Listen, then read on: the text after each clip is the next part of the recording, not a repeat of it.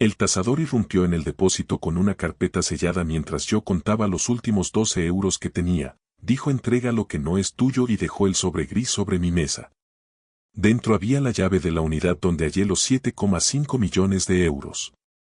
El abogado de los antiguos dueños llegó segundos después y murmuró: fue tu esposa quien nos alertó. En el documento, el sello rojo confirmaba lo que nunca quise creer. Cuando el tasador empujó la puerta del depósito, su voz rebotó entre las paredes metálicas como un disparo. Yo estaba contando mis últimos 12 euros, literalmente 12, sueltos, arrugados, el resto de una cuenta bancaria en números rojos desde hacía semanas. Su frase cayó como un mazo. Entrega lo que no es tuyo. El hombre llevaba un chaleco reflectante, pero tenía la postura de alguien acostumbrado a anunciar desgracias. Aún sostenía la carpeta sellada cuando dejó caer un sobre gris, pesado, casi solemne, sobre mi mesa de trabajo improvisada entre cajas viejas. El sobre llevaba un sello rojo con un emblema que no reconocí al principio, pero cuyo relieve, un círculo rodeado de hojas de laurel, ya me estrujó el estómago antes de abrirlo. No sabía si estaba a punto de recibir una multa, un desalojo o una demanda. Con mi suerte reciente, probablemente las tres. Lo abrí. Dentro había una llave metálica, fría, numerada, unidad 47B. ¿Qué es esto?, pregunté. Él no respondió. Solo señaló hacia el pasillo de las unidades, respiró hondo y se dio media vuelta. Antes de salir añadió, casi para sí mismo: te advirtieron que esto pasaría. Si te gustan las historias de herencias, dinero y secretos familiares, dale like a este video y suscríbete al canal ahora mismo. Así YouTube no te ocultará los próximos giros que lo cambian todo. Me quedé solo, con la llave temblando entre los dedos. A esas alturas, lo único que sabía era que mi vida estaba al borde del colapso total, sin trabajo estable, separado, y sobreviviendo con encargos miserables de organización de trasteros para gente que solo me veía como un ayudante temporal. Así terminé en ese depósito, limpiando unidades ajenas para ahorrar el alquiler del mío. La 47B estaba al fondo, casi tocando la pared trasera del complejo. La puerta metálica parecía más nueva que las demás. Deslicé la llave en la cerradura, giré y escuché un clic suave, casi elegante, impropio de un almacén barato. Cuando levanté la persiana, lo primero que vi fue una caja fuerte industrial, del tamaño de un arcón pequeño, apoyada contra la pared. Encima, un sobre similar al anterior, esta vez sin sello. Lo abrí con las manos sudadas. Dentro, una nota escrita con tinta azul, letra angulosa, firme. No abras esto sin el abogado presente. Mi garganta se cerró. No me dio tiempo a reaccionar. Unos pasos rápidos se acercaron desde el pasillo. Un hombre de traje, sudando pese al frío del depósito, apareció en la entrada. Llevaba una cartera de cuero y mirada temblorosa. ¿Eres tú?, preguntó, como si deseara que la respuesta fuera no. Supongo, respondí. El abogado tragó saliva. Tu esposa nos alertó. Sentí un golpe en el pecho, como si me hubieran vaciado el aire. Mi exesposa, Clara, había hecho muchas cosas: traicionarme, endeudarme, manipular al juez para quitarme la custodia parcial, pero alertar a un abogado sobre una unidad de almacenamiento. ¿Por qué? ¿Para qué? Él sacó una carpeta gruesa, la misma que llevaba el tasador, y la abrió sobre el suelo. Giró hacia mí un documento grisáceo, amarillento en los bordes. Y ahí estaba otra vez, el sello rojo. El mismo símbolo. Lo reconocí al instante, aunque me negué siempre a asociarlo con mi vida: el sello de la Sociedad de Garantías Patrimoniales, una entidad privada que mi padre solía mencionar en sus peores días. Decía que era el último eslabón, la línea final de defensa. Nunca supe qué significaba. Hasta ahora. Me temblaron las rodillas. No puede ser, susurré. El abogado apretó los labios. Lo siento. Pero debes verlo. Me indicó que me inclinara hacia la carpeta. Allí había un documento plegado, enumerado, fechado hacía más de 20 años. Y mi apellido, en tinta negra, aparecía repetido como un eco. La letra final, esa que reconocería incluso dormido, era la de mi padre. Sentí que algo en mí se partía en silencio. Su padre dejó esto bajo tutela, explicó el abogado. Una garantía. Un depósito. Nadie debía abrirlo sin que usted cumpliera ciertas condiciones. Y según su exesposa, remarcó la palabra con irritación contenida, usted acaba de cumplir la última. ¿La última? ¿Qué? El punto en el que no podía caer más. Miré la caja fuerte. Su superficie gris parecía absorber todas las preguntas. Ábrela, indicó él. Es tuya. Legalmente, ya es hora. Metí la llave que venía dentro del primer sobre. La cerradura se activó con un sonido profundo. Cuando levanté la tapa, mis manos dejaron de obedecerme. Dentro había fajos de billetes ordenados, atados con bandas bancarias.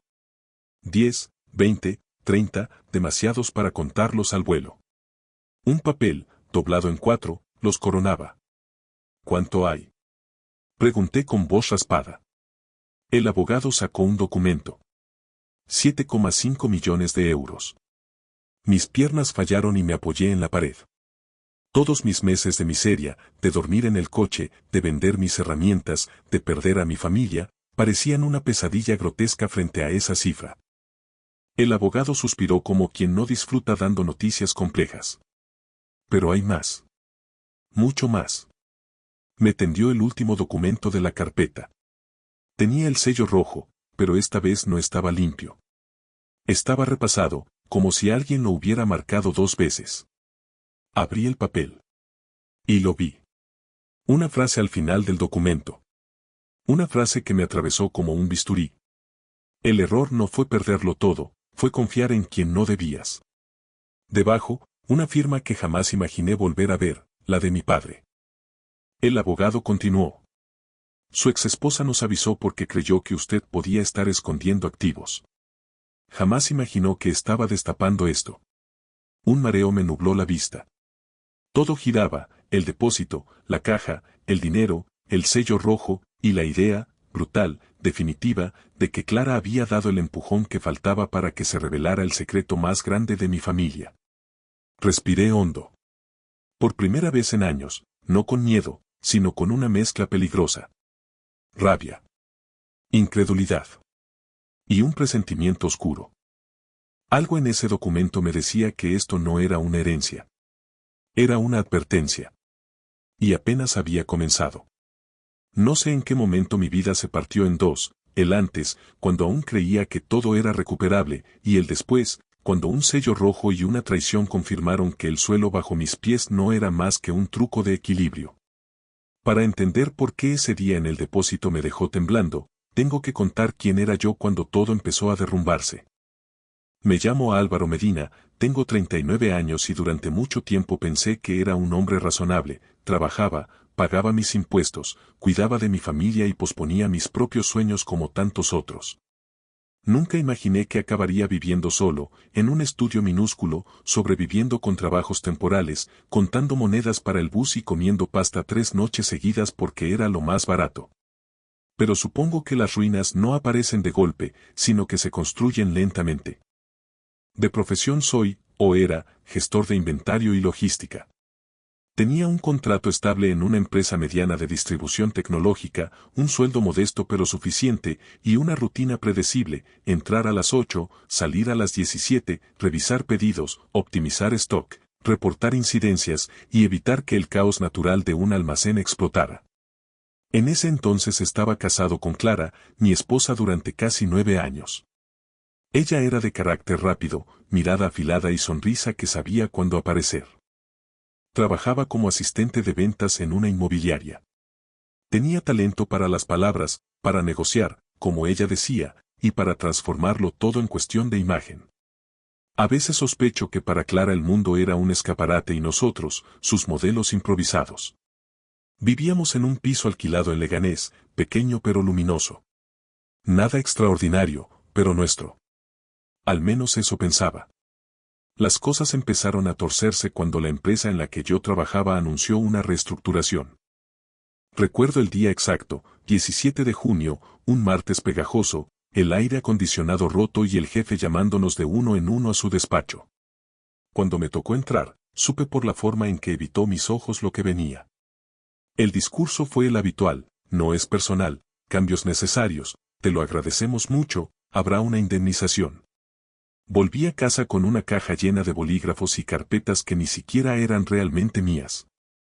No quise dramatizarlo. Le dije a Clara que era temporal, que ya encontraría algo. Ella no gritó. No lloró. Solo dijo: pues tendrás que darte prisa. Yo no puedo sostenerlo todo. Esa frase fue una grieta. No lo vi entonces, pero fue la primera. Los meses siguientes fueron una lucha continua, entrevistas, currículums sin respuesta, trabajos por horas mal pagados.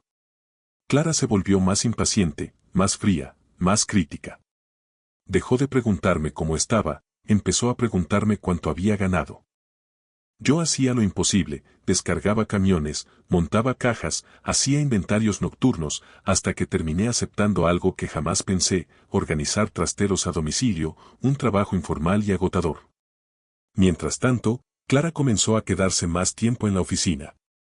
Reuniones hasta tarde, eventos, cenas que no podía evitar. Una noche, mientras guardaba la ropa limpia, encontré en su bolso un recibo de un restaurante caro, uno que jamás habíamos pisado juntos. 2 cubiertos.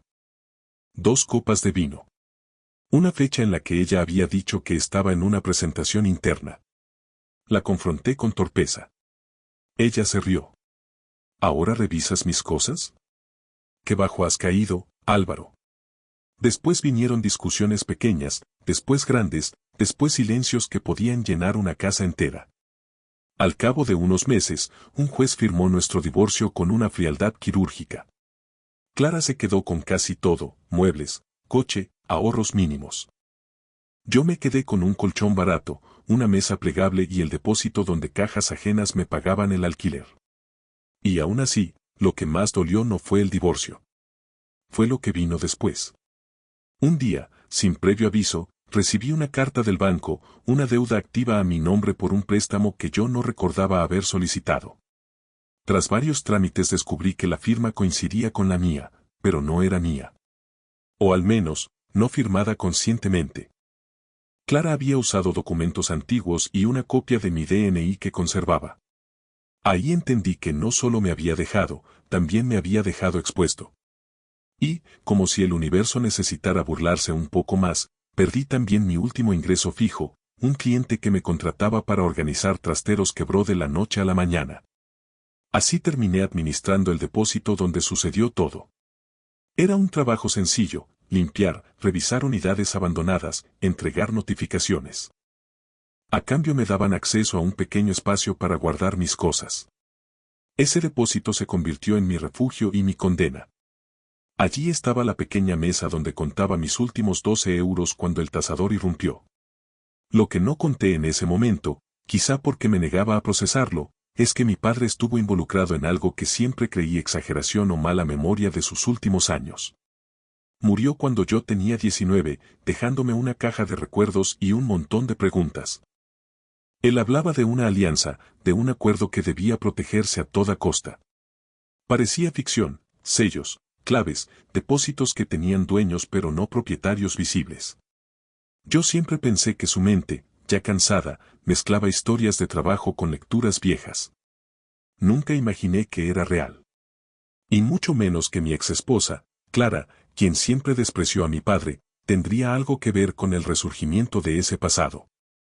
El abogado que apareció en el depósito confirmó lo que yo ya empezaba a temer: ese sello rojo, esa llave, esa caja fuerte con 7,5 millones de euros no eran un tesoro, sino una bomba con temporizador. Porque ese dinero no era exactamente una herencia. Era el resultado final de un pacto que mi padre firmó antes de morir, un pacto del que yo era la última pieza. Uno que alguien, Clara incluida, tenía mucho interés en abrir. Mientras escuchaba al abogado explicar que mi esposa nos había alertado, sentí el peso de los años, las mentiras, la caída, la soledad, la ruina. Pero también un temblor nuevo, inesperado, que no sentía desde hacía mucho. Algo estaba a punto de revelarse. Algo que podría destruirme por completo. O liberarme de una verdad que me había perseguido sin saberlo. Y aún no sabía qué era peor.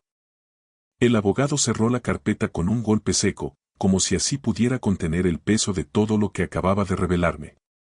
Pero yo ya sentía la presión en el pecho, una vibración interna, una especie de alarma silenciosa que se activaba por primera vez en años.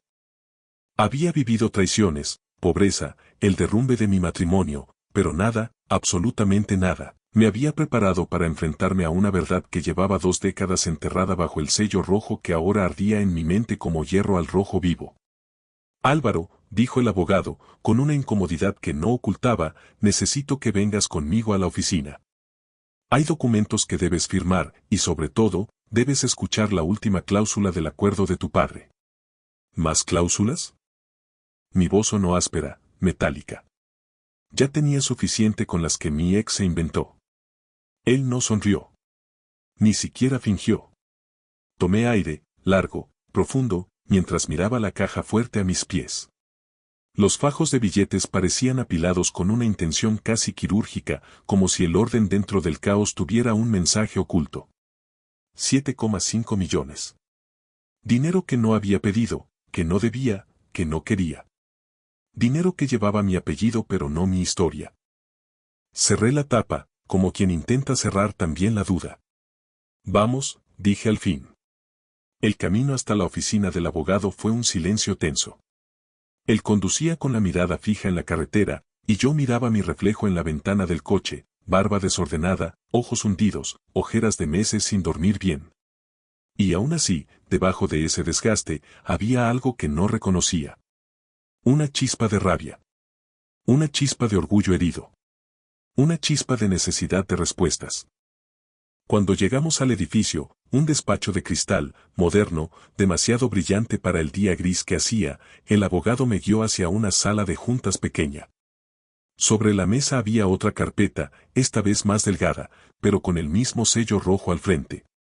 Mi estómago se contrajo. Antes de leer nada, dije. Explíqueme qué demonios es este sello. Mi padre hablaba de él, pero siempre pensé que deliraba. ¿Era una empresa? ¿Una organización? El abogado dudó. No mucho, pero lo suficiente para que la sospecha se hiciera más grande. No puedo darte todos los detalles, respondió, pero puedo decirte esto, tu padre formaba parte de una red privada de protección patrimonial. Gente que guardaba activos, documentos y acuerdos fuera del alcance de terceros. Lo hacían entre ellos, como un pacto de honor. Me reí con amargura.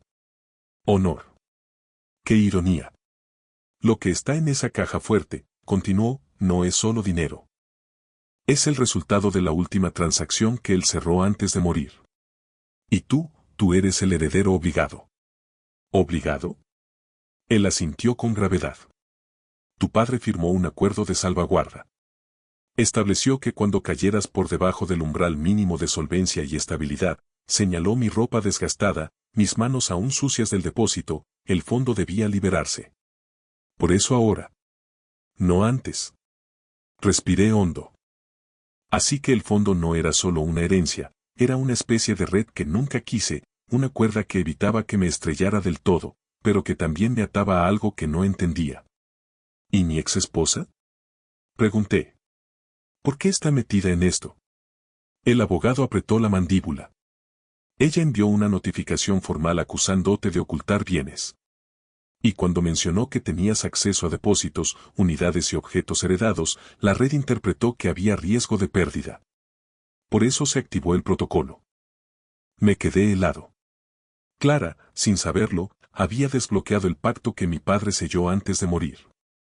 Y no por ayudarme, sino para intentar hundirme un poco más. Y ahora, continuó él, debo leerte la cláusula final. Abrió la carpeta con cuidado. Sacó una hoja amarillenta. La giró hacia mí. Y leyó. El beneficiario recibirá acceso al fondo solo si, llegado el momento, demuestra no tener intereses ocultos, manipuladores o destructivos dentro de su círculo íntimo. Si existe una persona que lo esté utilizando, traicionando o intentando apropiarse de sus bienes, el beneficiario deberá cortar vínculos legales y económicos antes de reclamar la totalidad del fondo. Me quedé sin aire. ¿Está diciendo que mi padre sabía que podría acabar con alguien como Clara? Estoy diciendo, respondió el abogado con calma quirúrgica, que el fondo no se libera por completo mientras Clara tenga algún tipo de injerencia en tus finanzas. Y ahora mismo, la tiene. Golpeé la mesa. No fuerte. No violento. Pero con una determinación que me sorprendió incluso a mí. ¿Qué tengo que hacer? El abogado tomó otro documento. Esto, una declaración legal de cese total de responsabilidad compartida, reclamación por fraude de identidad y suspensión de cualquier vínculo económico con tu exesposa. Una vez firmado y presentado, se libera la segunda parte del fondo. Mi piel se erizó. ¿Segunda parte? Sí. Lo que encontraste no es todo. Me llevé una mano al rostro. No podía procesarlo. No todavía. Hay algo más, añadió el abogado. Algo que está en el documento final. Algo que tu padre quiso que leyeras tú mismo. Me extendió la hoja. Aquí, dijo, en la línea inferior. Leí. Y sentí como el suelo bajo mis pies se resquebrajaba. Álvaro, si estás leyendo esto es porque descubriste lo que siempre temí, alguien que debía protegerte ha estado usándote. Y yo, no pude evitarlo. Busca la verdad en el punto exacto donde empezó tu ruina. No fue tu caída. Fue una mano que te empujó. El abogado esperó. Yo temblé. Porque supe, en ese segundo preciso, quién había estado detrás de mi peor pérdida. La que nunca mencioné en voz alta. La que siempre pensé que era solo mala suerte. No, susurré. No puede ser ella. Y entonces, como si la historia no pudiera contener más tensión, la puerta se abrió de golpe. Clara estaba allí. Con el mismo perfume caro. Con la misma expresión calculada. Con los ojos fijos en la carpeta roja. Así que ya lo sabes, dijo, sin una pizca de arrepentimiento. Y mi mundo terminó de romperse. Clara entró en la sala como si tuviera derecho a hacerlo, como si el despacho fuera una extensión natural de su territorio. No tocó la puerta. No pidió permiso. Solo se cruzó de brazos y me miró con esa mezcla de superioridad y cansancio que tantas veces usó para desmontarme sin levantar la voz. El abogado se puso de pie de inmediato. Señora, este espacio es privado. No tenía autorización para. Ay, por favor, interrumpió ella, rodando los ojos. Álvaro y yo tenemos cosas pendientes. No exageres. La forma en que pronunció Álvaro me heló la sangre, no era afecto, ni neutralidad. Era propiedad. Como si ella siguiera creyendo que tenía jurisdicción sobre mis decisiones. Me incorporé lentamente, intentando que mis piernas dejaran de temblar. ¿Qué haces aquí, Clara? Pregunté con la voz más firme que pude. Ella no respondió al instante. Caminó hacia la mesa, dejó caer su bolso de marca con un golpe suave y miró la carpeta con el sello rojo. Sus dedos acariciaron el borde como si identificara un símbolo familiar. Así que era verdad, susurró. El abogado intercambió una mirada conmigo. ¿Qué era verdad? Pregunté. Clara se acomodó el cabello con un gesto casi teatral. Tu padre, este famoso pacto, el fondo secreto. Pensé que solo eran historias tuyas. De esas que cuentas cuando buscas excusas para no avanzar. Me ardieron las mejillas de rabia contenida. Nunca te hablé de esto. Ni una sola vez. Ella sonrió apenas. No directamente. Algo en mi expresión debió cambiar porque se apresuró a continuar. No finjas sorpresa, Álvaro. Es obvio que guardabas algo. Siempre tan reservado, tan esforzado. No cuadraba que hubieras caído tan bajo sin tener un colchón. Así que investigué. Y encontré cosas. El abogado intervino, con voz tensa. Lo que hizo, señora, se considera una violación grave de confidencialidad y un perjuicio legal. Ay, por favor, rió ella, sin humor. Yo solo envié un aviso al banco cuando vi movimientos raros en su correo viejo. Tenía derecho. No lo tenía, dije, finalmente dejándome sentir indignación. No éramos nada ya. No tenías derecho a revisar mis cuentas, ni mi correo, ni intervenir en mis trámites. Ella me miró con los ojos entrecerrados, como quien observa un insecto que de pronto se atreve a levantar la voz. Tenía derecho, repitió, esta vez más suave, porque lo que hagas tú todavía me afecta a mí. ¿Cómo te afecta? Pregunté, casi riendo. Te quedaste con el piso, el coche, los muebles, incluso con mi historial crediticio por culpa del préstamo que falsificaste. Su mandíbula tensó un músculo apenas perceptible. Ese préstamo no lo falsifiqué. Solo, aceleré algo que tú ibas a hacer de todos modos. El silencio en la sala fue tan pesado que pude escuchar mi propia respiración.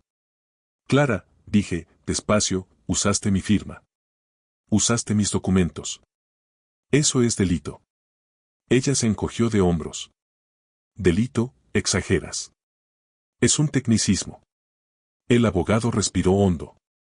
Señora, lo que usted hizo es exactamente el tipo de manipulación que el acuerdo patrimonial prohíbe. Justo lo que impide que el señor Medina acceda a la segunda parte del fondo. Clara me miró con un brillo de furia contenida. ¿Segunda parte? El abogado cerró la carpeta lentamente, como si protegiera a un animal herido. No puedo darle detalles.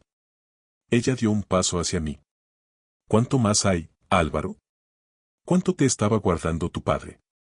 ¿Cuánto te vas a quedar para ti solo? Ese para ti solo fue la puñalada final. Era claro. No había venido por mí. Ni por arrepentimiento. Ni por nostalgia.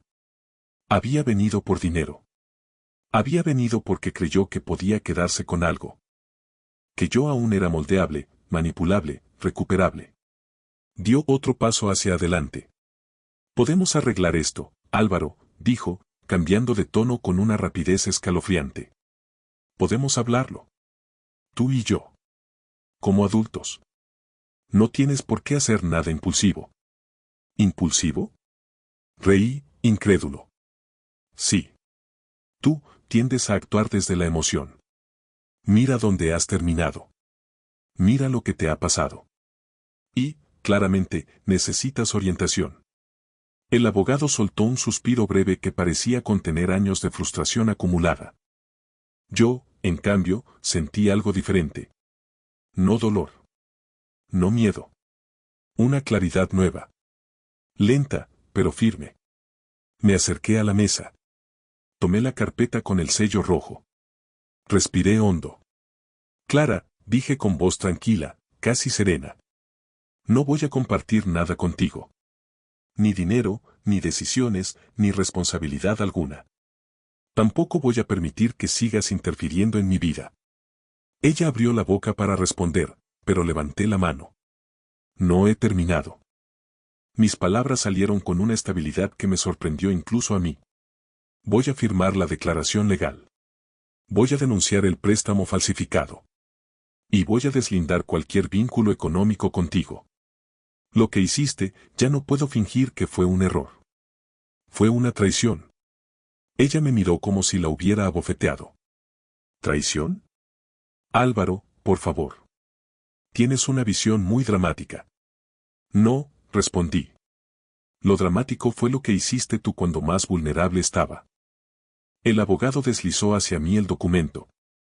Lo observé unos segundos, sintiendo el peso simbólico de esa firma. No era solo un trámite. Era cortar el último hilo que me unía a Clara.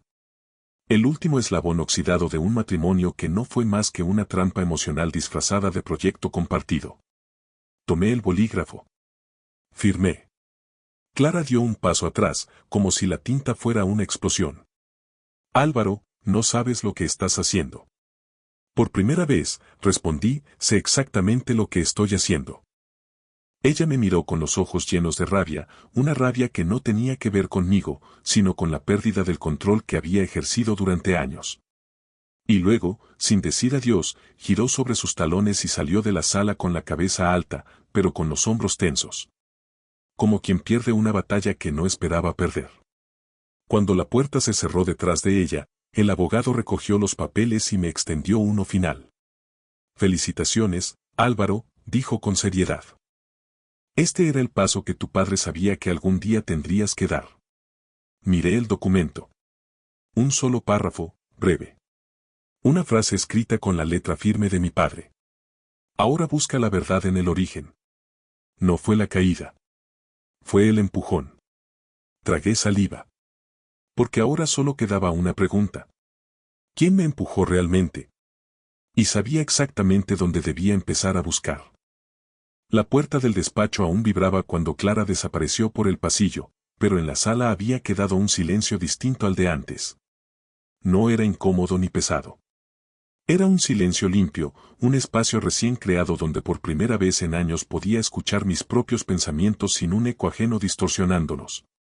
El abogado reorganizó los documentos, como si necesitara hacer algo con las manos mientras yo asimilaba lo ocurrido. Sobre la mesa quedaba la carpeta con el sello rojo, abierta como una herida antigua. Dentro, la frase de mi padre seguía clavada en mis ojos. Busca la verdad en el origen. No fue la caída. Fue el empujón. Me recosté en la silla, exhalé y dije lo que llevaba callado desde los 19 años. Mi padre no se equivocaba. El abogado levantó la mirada. ¿Qué quieres decir? Tragué saliva. Hablar de él nunca era sencillo, pero por primera vez sentí que tenía permiso para hacerlo sin sentirme débil. Mi padre tenía socios. Amigos, decía él, pero yo sabía que eran más que eso. Había una empresa pequeña, un proyecto, algo que desapareció justo después de su muerte. Recuerdo conversaciones cortadas cuando yo entraba en la habitación. Recuerdo discusiones con alguien cuyo nombre nunca supe. Y me detuve, recuerdo que él decía que si un día yo caía, no sería casualidad. El abogado cerró su cuaderno. ¿Quién era ese alguien? Negué con la cabeza. No lo sé. Pero sé por dónde empezar. Esa noche volví al depósito. No porque necesitara recoger nada, sino porque allí había empezado todo, y sentía que allí debía terminar también. La unidad 47B estaba exactamente igual que la habíamos dejado. El aire frío, el eco metálico, el olor a polvo viejo y la caja fuerte abierta, como si esperara mi regreso. Miré los fajos de billetes. No sentí euforia ni codicia. Sentí responsabilidad. Mi padre no había dejado dinero. Había dejado un mensaje. Me senté en el suelo, apoyé la espalda en la pared y saqué el documento donde él hablaba del punto exacto donde comenzó mi ruina. Empecé a repasar mis últimos años, uno a uno, buscando la grieta inicial. No era el despido. No era el divorcio. No era la deuda. Entonces me golpeó la memoria como un ladrillo suelto, el préstamo no autorizado. Aquel que apareció a mi nombre cuando Clara aún vivía conmigo. El que ella siempre dijo que yo había olvidado. El que marcó el inicio de mi caída financiera. Ese préstamo tenía una firma, una que no era la mía, pero se parecía demasiado. Fue ahí. Ahí había empezado mi ruina. Ahí había estado el primer empujón. Me levanté de golpe. Tenía que comprobar algo. Fui al banco al día siguiente, temprano. Pedí copia completa del préstamo original, incluyendo los movimientos previos y los metadatos de la transacción. Tardaron casi 2 horas, pero al final me entregaron una carpeta que parecía más gruesa de lo normal. La revisé allí mismo, sentado en una sala fría con sillas de plástico. Y en la cuarta hoja, lo vi. Una firma digital registrada desde un dispositivo externo, usado minutos después de que yo saliera del edificio el día en que Clara me pidió actualizar los datos del seguro. Justo antes de que ella dijera que iba tarde. Mi corazón golpeó las costillas. Pero no era eso lo que me paralizó. Lo que me paralizó fue el nombre de usuario que figuraba en la autenticación secundaria, un correo corporativo. No de Clara. De alguien que trabajaba con ella. De su jefe. El mismo hombre del que ella decía que solo eran reuniones, solo eran eventos, solo eran gestiones comerciales.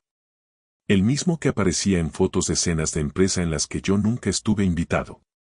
El mismo que llevaba años viéndome como un estorbo para el ascenso de Clara. Mi respiración se volvió un hilo. Mi padre había tenido razón. Mi caída no había sido azar. Había sido empujada. Minuciosamente. Fríamente. Por 2 personas. Volví al despacho del abogado con toda la documentación. Él revisó hoja por hoja, subrayó detalles, tomó notas y al final concluyó. Esto no solo demuestra fraude. Demuestra conspiración económica.